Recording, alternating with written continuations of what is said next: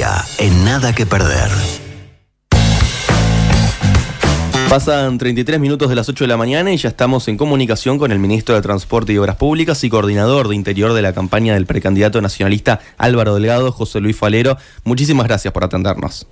Buen día, ¿qué tal? Un gusto estar con ustedes. ¿Cómo andan? Faltan muy poquito para las elecciones internas. ¿Qué evaluación se hace de esta recta final que queda de la campaña? Bueno, yo creo que ha sido una campaña en lo que refiere a nuestro candidato y a nuestro sector muy prolija, muy cuidadosa en lo que hace a lo que se está eligiendo ahora el 30, que es la preferencia dentro del partido, y en ese aspecto estamos conformes con el trabajo que se viene realizando y aspiramos a que finalmente nuestro candidato pueda ser el elegido para encabezar la próxima instancia electoral en representación de nuestro partido político, ¿no? Falero, vamos a volver ahora en unos minutos, lógicamente, a la campaña electoral y al programa de Delgado, pero yendo también, bueno, a tu rol, ¿no? Como ministro de Transporte, obviamente, quisiéramos consultarte por la implementación del Sistema Integral de Control de Transporte de Cargas, el SICTRAC, que fue algo que en realidad se estableció que no se iba a implementar allí en 2020 y hasta ahora no se tiene un nuevo sistema. ¿Por qué la demora, ¿no? en estos 4 años? Ya estamos sobre el final del periodo. Fue un tema muy discutido en la interna en cuanto a cuál era la mejor metodología de control para el sistema de transporte. Finalmente hemos encontrado un sistema que a nuestro entender es adecuado, y hace unos días atrás hemos firmado la resolución de la creación del SIGEFLOT, que va a permitir generar un control preciso de lo que es el uso de las carreteras y de las rutas nacionales en cuanto a todo el tránsito que se da sobre ellas a nivel nacional, y que para que tengamos datos bien precisos del uso de las carreteras y el kilaje que se transporta en ellas, hemos instrumentado este sistema que va a empezar a prosperar una vez que finalmente quede firmado por todo el Consejo de Ministros, y a partir de ahí un proceso gradual de incorporación del sistema de control de flota a los registros del Ministerio de Transporte, para tener fundamentalmente un diagnóstico claro del uso y del tipo de obra que se debe encarar en cada una de las rutas. Yo creo que es una metodología acertada la que se ha incorporado después de un trabajo intenso sobre cuál era la mejor forma de llegar a tener un control adecuado sobre la movilidad de transporte. Y bueno, y estamos en ese proceso. No es el tiempo que hubiésemos deseado, pero creo que es un proceso que va a generar certezas para las próximas administraciones en cuanto al uso de las carreteras, ¿no? Ahora, Falero, si pensamos en estos 4 años, ¿cuánta información se perdió la cartera de recabar? No, igualmente nosotros en este proceso hemos incorporado una serie de sistemas de control de rutas en los peajes, en los propios dispositivos de velocidad, que tenemos un trabajo más preciso de lo que teníamos, ¿verdad? Lo que estamos en este caso ahora es tratando de articular no solamente lo que es el tránsito, sino la asociación entre el transporte y la guía de carga del Ministerio de Ganadería, para que esto sea más preciso en cuanto al kilaje que se está circulando en la ruta. Yo creo que igual todo este proceso no ha sido en vano, sino que hemos incorporado otros dispositivos que nos permiten hoy tener un diagnóstico claro, y por eso además estamos haciendo obras en consecuencia de este trabajo que hemos detectado, que la metodología constructiva de las rutas no era la adecuada y que requería de hacer un tipo de obra de mayor calidad constructiva, que es lo que se viene haciendo, ¿no? ¿Va a quedar instalado este año el nuevo sistema?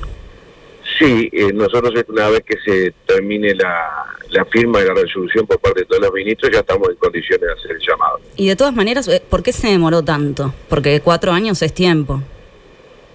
Bueno, hay que ver que el otro sistema que se había querido instrumentar tenía, a nuestro entender, muchas dificultades en cuanto a la coordinación entre distintos organismos. Nosotros hicimos un sistema más simple en lo que hace a la necesidad del Ministerio de Transporte en cuanto a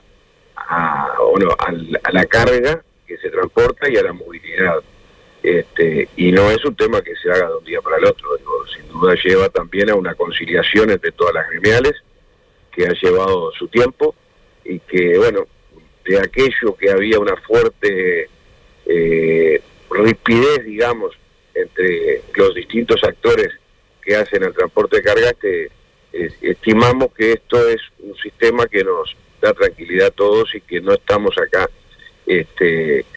solamente incorporando un sistema que nos lleve a generar división interna, que no iba a ser lo más adecuado. No se tiene control, por ejemplo, de los trabajadores, ¿no? Eso es lo que se pierde. No, yo creo que también se tiene, porque de momento que uno está monitoreando el vehículo, lo que hace allí es que ante alguna denuncia que pueda darse de exceso de manejo o de horario o de carga horaria, perfectamente el Ministerio de Trabajo está en condiciones de solicitar la información al Ministerio y la va a tener. Así que también de esa manera se contempla la preocupación que pueda existir, que obviamente es preocupación para nosotros también, porque el cansancio o el abuso por parte de alguna empresa hacia sus trabajadores puede estar afectando la siniestrabilidad en las rutas, ¿no? El subsecretario Leizola dijo este martes en Desayunos Informales que, según los datos que tiene el Ministerio, cuando el Frente Amplio planteó la implementación del SICTRAC, existían $100 millones de evasión. ¿Quién controló entonces esto durante estos años? Bueno, se viene articulando los controles. Es más, se ha bajado la informalidad con respecto a estos dispositivos, y también en lo que hace los controles cruzados entre BPS, DGI y la información que se solicita al Ministerio. Digo, ha venido reduciéndose. Es un tema que no hay una cuantificación precisa, hay una apreciación o por lo menos una percepción de que podría mejorar una vez que tengamos mayores controles, que es lo que estamos instrumentando.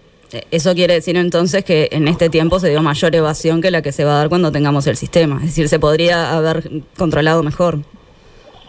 Yo creo que va a servir para controlar, para que todos sepamos que tenemos que transitar adecuadamente por las rutas y en condiciones regulares de pagos en todos los organismos del Estado.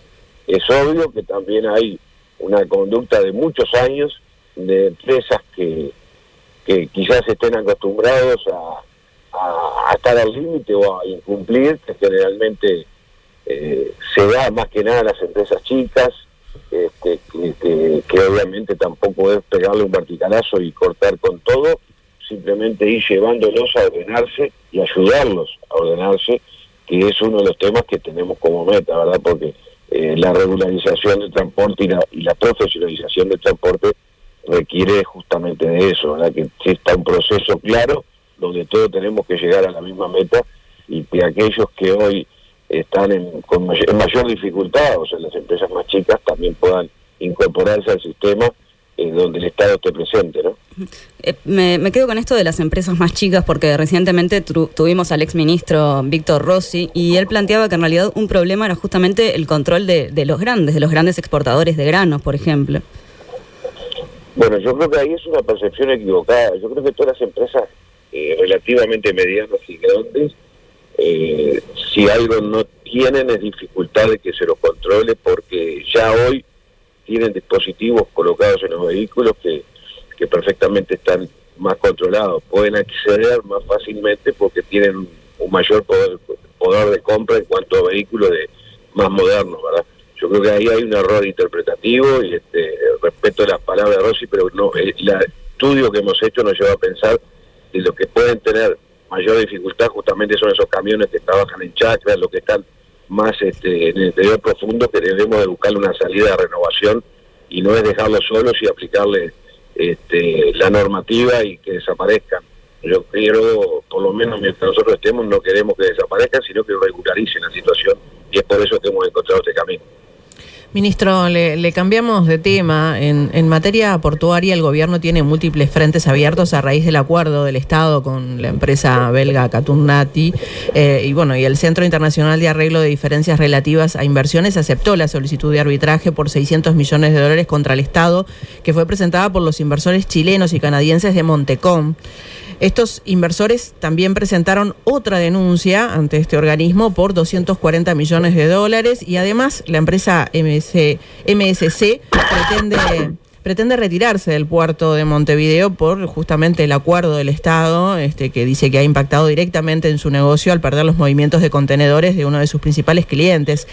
¿Sigue convencido con este escenario de que fue un buen pacto el de Uruguay con Katunnasi? Absolutamente convencido de que gracias a ese acuerdo hoy el puerto de Montevideo tiene las condiciones adecuadas para ser competitivo en la región de crecimiento, que lo hemos visto. El crecimiento ya automáticamente se ha dado, no se ha disminuido para nada, al contrario, ha habido un incremento año a año en la movilidad y en el uso de la terminal portuaria, y creo que fue el camino adecuado. Y con respecto al juicio estamos absolutamente tranquilos que se ha manejado dentro de la normativa vigente y que lo vamos a poder defender. Creo que lo indefendible era lo que estaba, donde había una licitación adjudicada de hecho de acuerdo a lo que establece el TOCAF, que no se estaba cumpliendo, y por otro lado teníamos un operador con permisos renovables cada 90 días que estaba compitiendo contra la propia licitación, contra la propia empresa TCP, donde el Estado uruguayo inclusive es socio de ella. Creo que es absolutamente a la inversa de lo que se dice, pero no, es así, y lo va a poder demostrar el Estado uruguayo en el ámbito que corresponde. Falero, ahora, al menos en cuanto a esto que se decía, la preocupación por la alta cifra de un posible juicio, ¿no? Que eran 1.500 millones de dólares. Ahora lo cierto es que sumando los distintos montos que le mencionábamos recién, ya vamos al menos por 850 millones, ¿no? Entre Montecón, MSC. A ver, Montecón, que es quien está presentando un arbitraje, va a tener que defender su postura y el Estado uruguayo lo va a defender. Con respecto a MSC, no tiene nada de reclamación, simplemente... No, lo que tenemos es pérdida por su partida. Bueno, eso hay que ver si se da, nosotros estamos convencidos que no. Ya hemos hablado inclusive con MSC y creo que son simplemente jugadas que se dan y es normal en lo que hace al uso del puerto, donde quizás la nueva reglamentación de uso pueda estar afectando, y se está trabajando sobre ella en cada tema para que no sea así, y hemos tenido contactos con ellos y creo que no se va a dar porque el puerto brinda condiciones mucho más favorables que otros puertos de la región. ¿Y qué se le ofreció a MSC? Porque parecía un hecho que se iban. Yo simplemente cuando vinieron a hablar conmigo, las condiciones que ellos le preocupaban, le hemos aclarado cuál es el procedimiento, que entendemos no estaría afectando como ellos lo decían, y después de eso tengo entendido que no ha habido otro anuncio de posible retiro. En principio yo no sé de dónde surge esta información, pero de cualquier manera estaremos atentos y si hay algo que podamos hacer para mejorar la realidad de esta empresa, lo analizaremos, ¿no? Falero, nos gustaría meternos ahora sí en temas vinculados a la campaña electoral. Sigamos, por ejemplo, al programa del precandidato Álvaro Delgado. Allí se plantea que se van a cuadruplicar los recursos que están destinados a primera infancia, pasando de los actuales 50 millones de dólares a 200 millones de dólares al año. La cuestión es, si era necesario cuadruplicar los recursos, ¿no fue muy poco lo que se destinó por el actual gobierno? Bueno, siempre que uno maneja recursos públicos, parece ser poco cuando las necesidades son importantes. Lo que ha hecho este gobierno es dar un primer paso dentro de las posibilidades que tenía. Ahora uno escucha a distintos candidatos, y eso me alegra, de que todos coinciden de que el tema de la primera infancia hay que hacer un esfuerzo mayor. Este gobierno ha hecho dentro de lo que ha podido ese primer esfuerzo. Pero cuadruplicar es hablar bastante, ¿no? No estamos hablando de que vamos a duplicar, estamos hablando de que se necesita cuadruplicar. ¿Se hizo el esfuerzo suficiente? No tengo dudas que sí, y comparto la preocupación, pero también nadie puede dudar de que este gobierno hizo lo que no hicieron los gobiernos anteriores. Así que en esa línea estamos absolutamente tranquilos, que dimos un primer paso. ¿En qué sentido hizo lo que no hicieron los gobiernos anteriores? Que le hemos incorporado una partida definida con ese fin, y eso es lo que hoy está en discusión. Hoy no está en discusión de que no se haya atendido, sino que se requiere más, y está bien, en todos los temas se requiere más. Pero también a nadie escapa de que hemos tenido que afrontar gastos que no estaban previstos en ningún lado, más de 4.000 millones de dólares en el tema pandemia y en el tema sequías y otros más, que fueron de emergencia y que tuvimos que atenderlos. O sea que Yo creo que el camino que se tomó es el que se pudo y el que se definió como única partida que se incorporó en la última revisión, justamente para atender algo que queremos darle prioridad, y que para que esto sea hoy un planteo de todos los partidos políticos, quiere decir que por suerte estamos todos alineados a eso y aspiramos a que todos podamos plantear lo que está planteando nuestro candidato, de seguir incrementando allí, porque es un tema que nos entendemos que es de prioridad. ¿Cómo se explica entonces el crecimiento de la pobreza infantil si durante este periodo se destinó dinero que usted dice que en otros periodos no se destinó?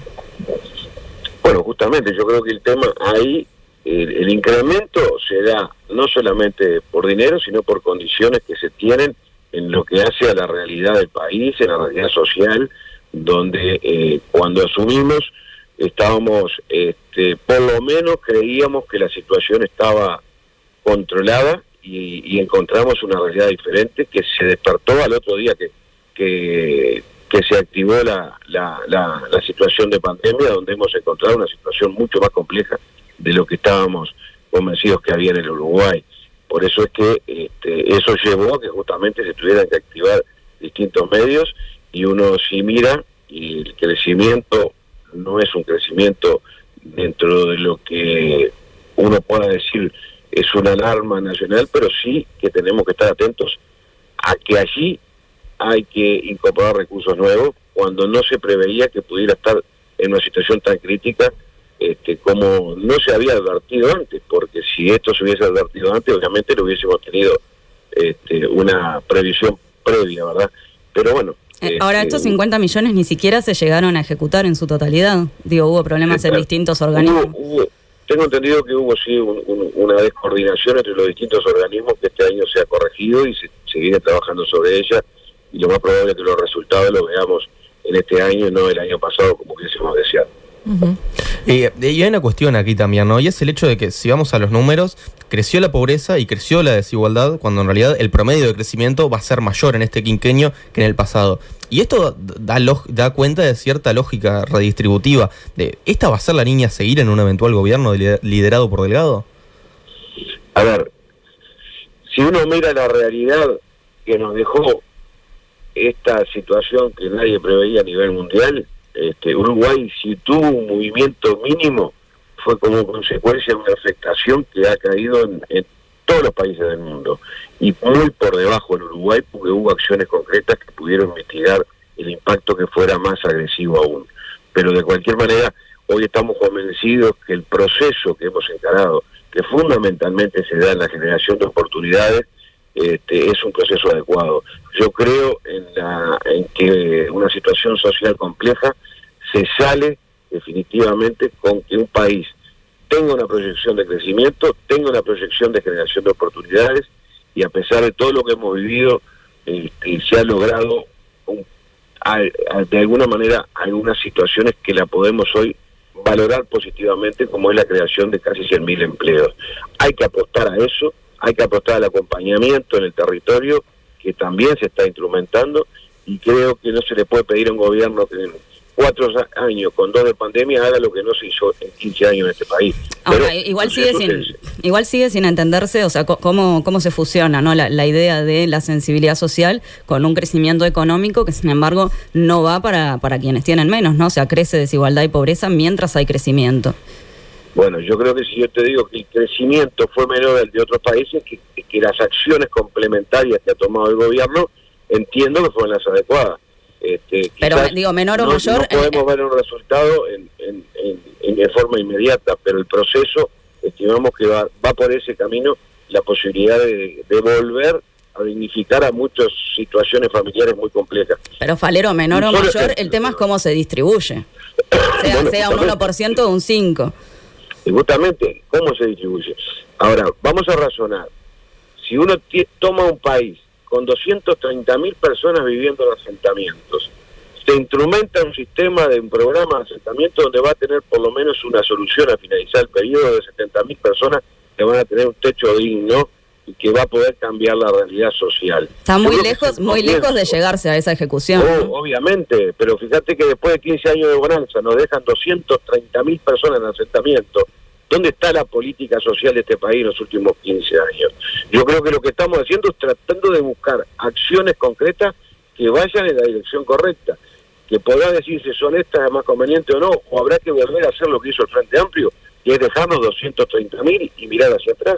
Yo creo que ahí está el cambio, y no se le puede pedir a un gobierno que en un solo periodo, en 4 años de gobierno, con 2 de pandemia, haga lo que no se hizo en 15 años. El tema es que no solo se estancó, sino que se empeoró.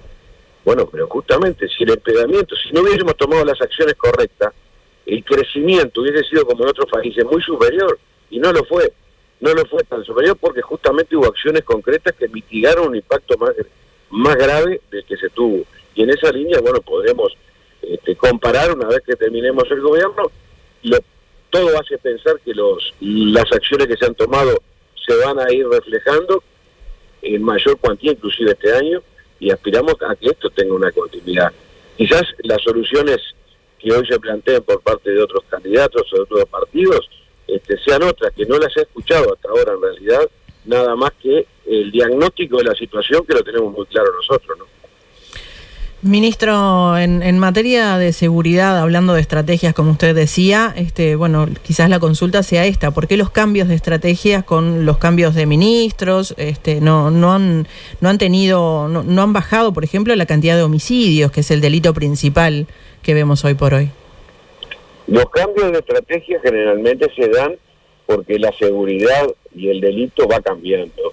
Y cada vez, y esto no es un esquema que uno pueda decir, esto es lo que hay que hacer y nada más. No, se ha venido cambiando y manejando distintas alternativas que nos permitan mitigar la problemática de la seguridad, fundamentalmente los distintos delitos. Falero, pero el delito de homicidio no fue cambiando de un año a otro en estos 4 años. No, el delito de homicidio no, el delito de homicidio está estabilizado. Fue el único delito que no hemos podido bajar. Ah, bueno, pero por tampoco creció, que es importante. Lo que pasa es que siempre miramos lo que uno desea. Digo, los demás delitos se ha bajado y el de homicidio no. Y eso es real. Pero tampoco creció como se dio en los últimos 15 años, que habría un crecimiento permanente. Entonces, seamos poco coherentes en mirar los números como deben de ser. Lo que Estos no son diagnósticos de aspiración, son diagnósticos de datos precisos que tenemos encima de la mesa, ¿no? Lo que sí creció es la cantidad de muertes dudosas, ¿no? Los casos no resueltos. Bueno, ahí sí hay alguna muerte dudosa que pueda llegar a mover la aguja en los números que estamos hablando.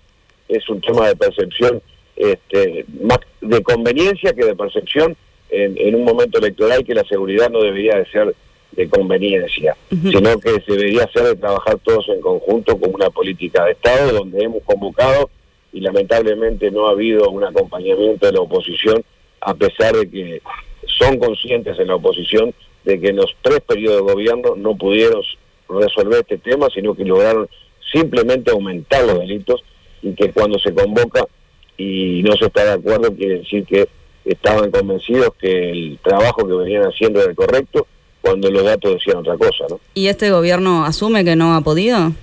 Que no ha podido con los homicidios, por lo menos, digo que tuvo 3 cambios, ¿no? 2 cambios de ministro. Y por eso te digo, yo estoy convencido que allí es un tema, en el tema de homicidio, es un tema que hay que trabajar en forma coordinada, porque la realidad de este tipo de delito más agresivo y más brutal es un tema que lo estamos viendo en el mundo, y que Uruguay no es ajeno a ello, y tenemos que buscar metodología. Por eso estamos incorporando dentro del programa un sistema de articulación diferente, con un presupuesto al comienzo del gobierno diferente, y estamos abocados a eso y convencidos que es el camino, ¿no? ¿Se puede pensar entonces que aquella idea inicial de que con los cambios en la LUC y demás, no, una policía con más fuerza, más respaldo y demás, no bastaba?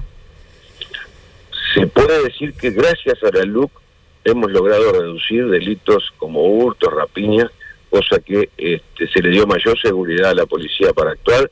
Se han esclarecido mucho más de cada uno de los delitos, y vemos cada pocos días que se esclarecen, y eso es un avance.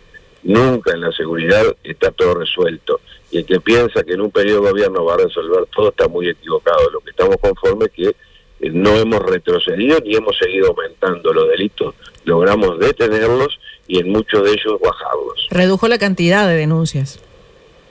Lo mismo que se tomaba antes, en su momento, es el mismo criterio de siempre. Falero, nos gustaría charlar respecto a la fórmula del Partido Nacional, ya que este fin de semana se dijo que se va a anunciar la misma noche de las internas cuál va a ser la fórmula. Por ejemplo, en el Frente Amplio se plantea que la fórmula sea conformada por quienes salgan en primer y segundo lugar de las elecciones internas. En el Partido Nacional, ¿se podría seguir este criterio también para mantener, por ejemplo, cierto equilibrio entre los sectores? Yo creo que todos los criterios son válidos en el partido y nunca hemos tenido ningún problema en conformar la fórmula. Debemos ser de los partidos que hemos conformado la fórmula en su gran mayoría en la misma noche y estamos conformes de lo que se ha hecho y lo que se va a hacer va a ser eso. Una vez que se termine la elección, nos vamos a reunir en la noche en el directorio del partido con los candidatos y se va a buscar la fórmula que nos convence a todos de la mejor manera y no va a haber problema. Como no la hubo en las anteriores, cuando se conformó en primera instancia una fórmula con la Larrañaga siempre se ha dado así y no va a ser esta un momento difícil. Lo que haga el Frente Amplio está bien, que lo que le parezca que lo haga, ¿verdad? El Frente Amplio creo que si algo no ha sido en este caso, que no puede reclamar del Partido Nacional lo que no hizo antes, ¿verdad? En la última instancia demoró mucho en crear la fórmula. No, pero por eso no lo decimos en nuestro caso, obviamente lo establecemos simplemente trayendo, bueno, hay un partido que en su caso y determina este criterio que obviamente tiene que ver también con mantener cierto equilibrio. En este caso, bueno, tenemos dos... Bueno, puede ser una estrategia que el Frente Amplio ha entendido como conveniente. Nosotros vamos a utilizar la misma estrategia de siempre que nos llevó a que hoy la ciudadanía se ha confiado. Fíjate que en la última instancia, creo que el nombre de la vicepresidencia nadie lo tenía en su mente y apareció en la noche, producto de una charla muy seria, responsable, como debe ser entre los compañeros de partido. No necesariamente se va a buscar que exista tal equilibrio. No es necesario, es un tema a considerar como otros. Todos los temas son importantes, pero no es un tema que sea solamente uno. Digo, no fue así nunca ni va a ser ahora. Digo, y no quiere decir que no lo pueda hacer el más adecuado después de una charla que tenemos que encontrar en esa misma noche, ¿no? Ministro, ¿y qué nombres son los que están en carrera? Todos los integrantes del partido son capaces de poder acompañar al candidato que resulte electo, que primero es lo primero, es que se pida a la ciudadanía el 30 de junio y a partir de ahí el candidato obviamente también tiene mucho que decir para ver de qué manera entiende se debe conformar esta fórmula en ese momento. Falero, vos decías todos los quienes integran el partido, ¿se descarta entonces a Daniel Salinas como posible precandidato a la vicepresidencia?